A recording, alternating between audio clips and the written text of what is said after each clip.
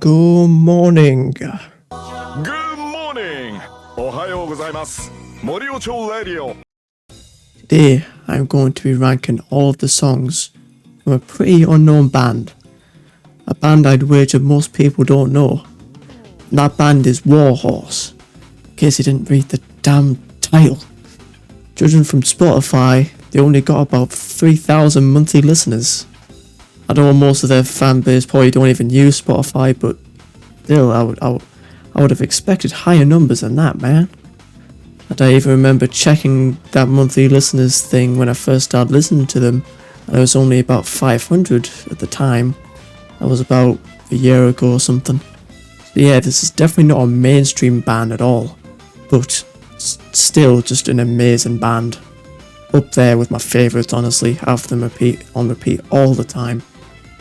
As custom with these tier lists that I do, I'll give a bit of an intro to the band for funsies. So I'll put a timestamp on the screen if you want to get to the meat and potatoes. Alright, Warhorse. This is a cool band that was formed by a guy called Nick Simper, the OG Deep Purple bassist. Nick Simper, of course, was fired from Deep Purple in 1969 with their original singer Rod Evans, with Richie Blackmore labelling Nick as quote, an average bass player. Well, Nicky wasn't constructive. He didn't have any ideas, and he was an average bass player, so he had to go. Rod just wanted to go to America and live in America, and he's doing very well. He always does very well. I mean, Rod's a very nice guy. Well, so Nicky was, but he got very bitter. Shut your fucking mouth! No problem, Charles. Shut the fuck up, you cunt! Shut it! What a load of bull. Nick, his bass playing, especially on songs like Chasing Shadows and Oh No No No, he's definitely not average. Definitely not. So Nick forms Warhorse like less than a year after he got kicked out of Purple. He formed it with the following members: Ashley Holt on vocals, Ged Peck on guitar, Malcolm Poole on drums, and Rick Wakeman on organ / keyboards. Rick Wakeman, of course, would join the band Yes, and would later work with Black Sabbath on their Sabbath Bloody Sabbath album. God, saying that 10 times fast. Sabbath Bloody Sabbath album. Jesus. But Rick would not stick around too long with Warhorse.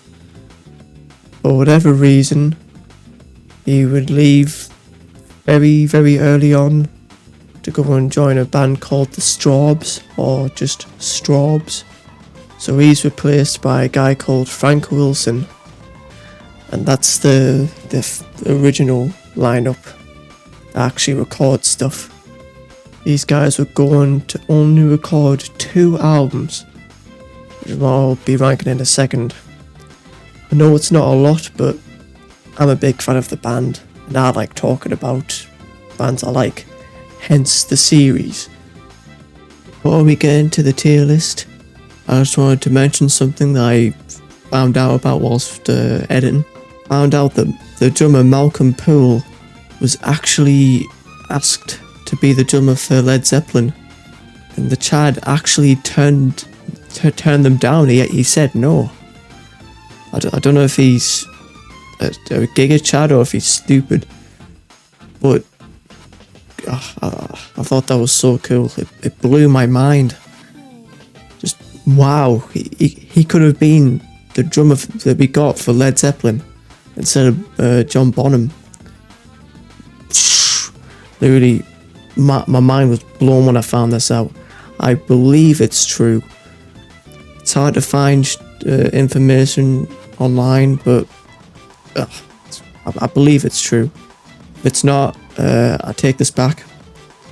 Yeah, I just wanted to bring that up because, God, that's so cool. Right, on to the tier list. I'll get out of here. Vulture Blood is, I'd say, is one of the songs that sound most like Deep Purple.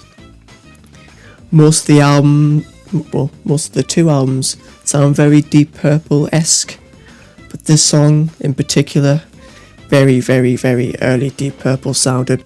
Got a slow, menacing organ intro, very reminiscent of what the late John Lord would do on those first three Purple albums. Some very Richie Blackmore-esque riffs. The guitar work on the whole album is very reminiscent of Blackmore. Ged Peck, he emulates that Richie Blackmore style very well. And on this song we are introduced to them screaming vocals from Ashley Holt. I don't know what else he's done beside Warhorse, but it was kind of hard for me to find information on him, so if anyone knows what else he's been in, please let me know, because God, he can scream up there with the best screamers. Fucking Ian Gillan, Judas Priest, all the greats. This song was going to go in A+ tier. No Chance is probably the song I come back to the least off this album, but that's mainly just because of how much I dig the rest. This song ain't bad at all. Some beautiful, somber singing here. I love the organ towards the end of it. I swear, Ashley Holt, I don't hear anyone talk about him. He's got to be one of the most underrated singers I've ever seen. At least that's how it appears to me. This song will go in B tier. Burning is easily the best song on the album for me. Amazing vocals. And by God, everything that the instruments are doing from the halfway point all the way to the end of the song. Some fantastic stuff. The organ and guitar in particular. Just some of the best shit I've ever heard. Amazing song. This is going to go in S tier. St. Louis is, I believe, an old cover by a band called the Easy Beats. My source is Wikipedia for this, just so you know. The best source on the planet. The song's more of an upbeat rock and roll song.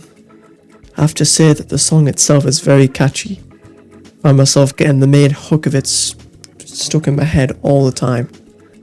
I'll tell you something, when I re-listened to this song for this video and I went downstairs to get a drink or whatever it was, I kept fucking singing it. So catchy. This is gonna go in A tier. Ritual is a very good song. It seems they played this one live quite often, with one performance in particular actually being recorded, like video recorded, and it's the only live footage we have of Warhorse from what I can find.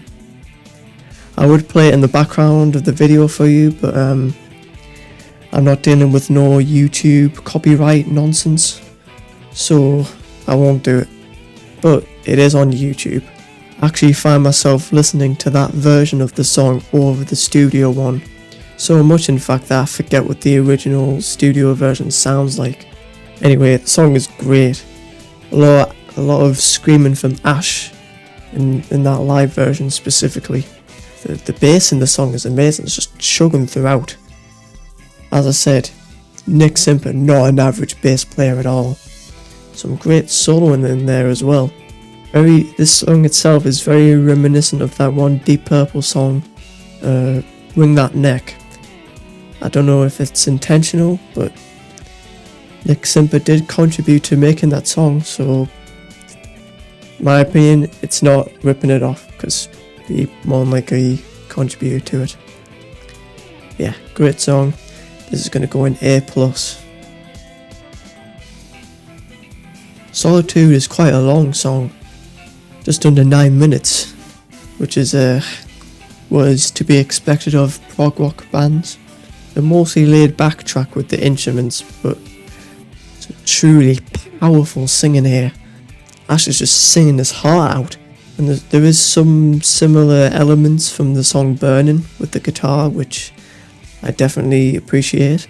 So it's just peak singing from Ash. The whole song is just mesmerising. And there's some like backing vocals that appear throughout. It's like vocalising and shit. I don't know if it's Ash or Nick Simper, but whoever it is, just really adds to the song. I'm going to put this in S tier. It's amazing. Woman of the Devil has another signature early Deep Purple intro here. Very menacing build up with all the instruments. And that bass is smooth as fuck.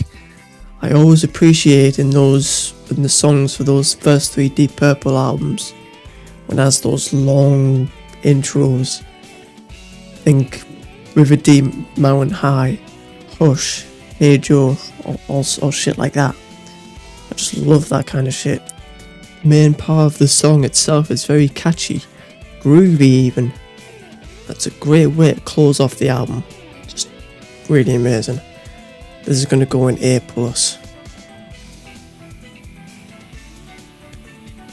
Getting into the second album now with the title track, Red Sea.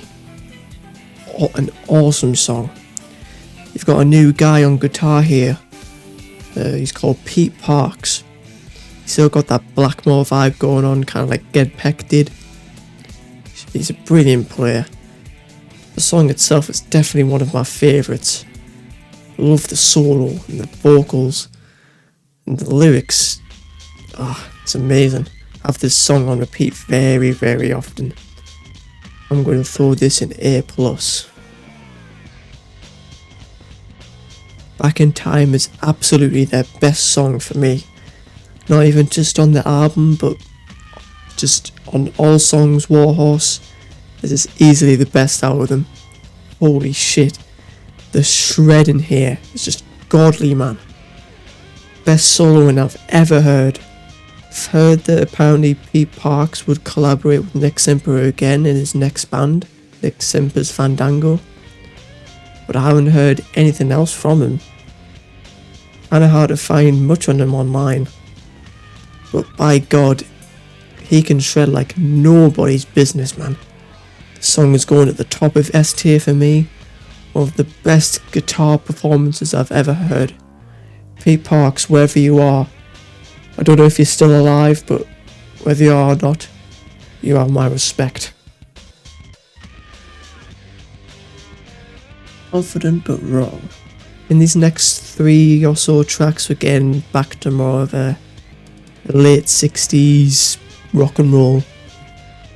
None of that absolute monstrous guitar shredding from Back in Time. They kick it back a bit here. This song is very solid. I don't have much to say on it, but it ain't bad. I'll throw this in B tier.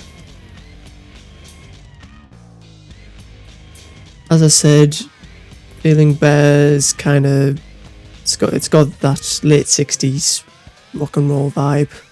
Some more laid back instruments on this track, and some lovely singing. It's just very solid song.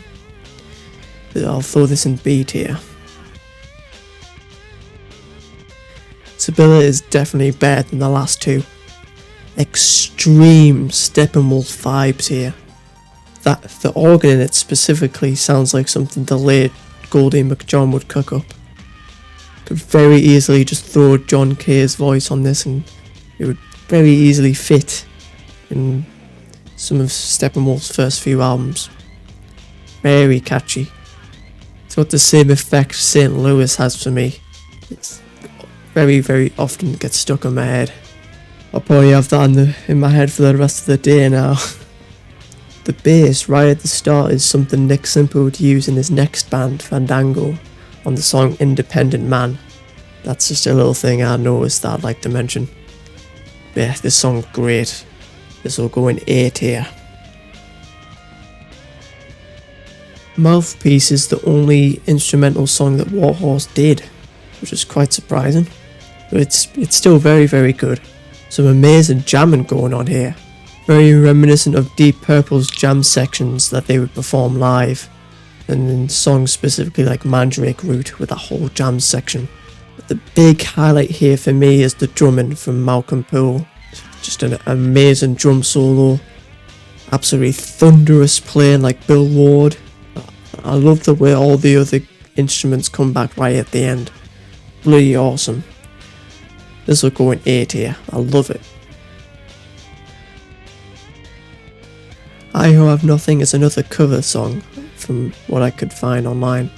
It seems to have been covered quite a lot throughout the 60s and early 70s, and I think it's a really good close to the album.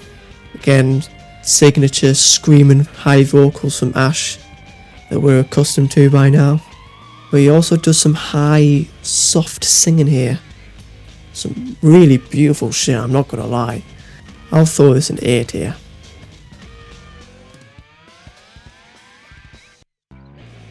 Okay, I'm going to do something I don't normally do in these tier lists. I'm going to include some of the demos that these guys did, since their catalogue isn't really big.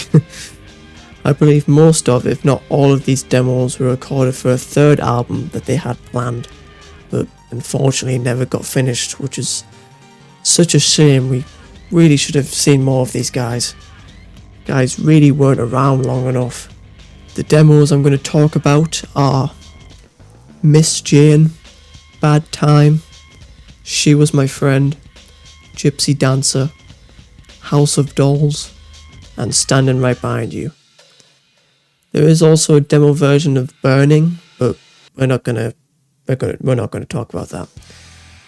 Bad Time will be our only C tier, just because I don't really dig it that much. It's not horrible or anything, but just doesn't stack up with the rest. If I pick one Warhorse song that is the worst, it would be this one, unfortunately. But it's not unbearable to listen to or anything. Miss Jane is quite nice. I definitely get that stuck in my head. Hey, hey, Miss Jane. That stuck in my head the other day. Kept singing it over and over. It's pretty good. It's more of that that late 60s rock and roll kind of thing that they had going on, and quite a bit of that second album. It'll go in B tier. She Was My Friend is one I enjoy quite a bit. It's a very somber song. Some beautiful backing vocals in there. I'll throw that in B tier. Gypsy Dancer, it's alright. I did think the drum on it was pretty good. I'll throw that in B tier. House of Dolls is probably my second favourite. It's more upbeat than the others. It's pretty good. It's pretty good. Very, very upbeat. Quite fast. I'll throw that in A tier. Standing Right Behind You is easily the best of the demos for me. Such a groovy tune. The bass, it's just, it's amazing. I love it. I'll actually throw this in A tier. Very, very good demo.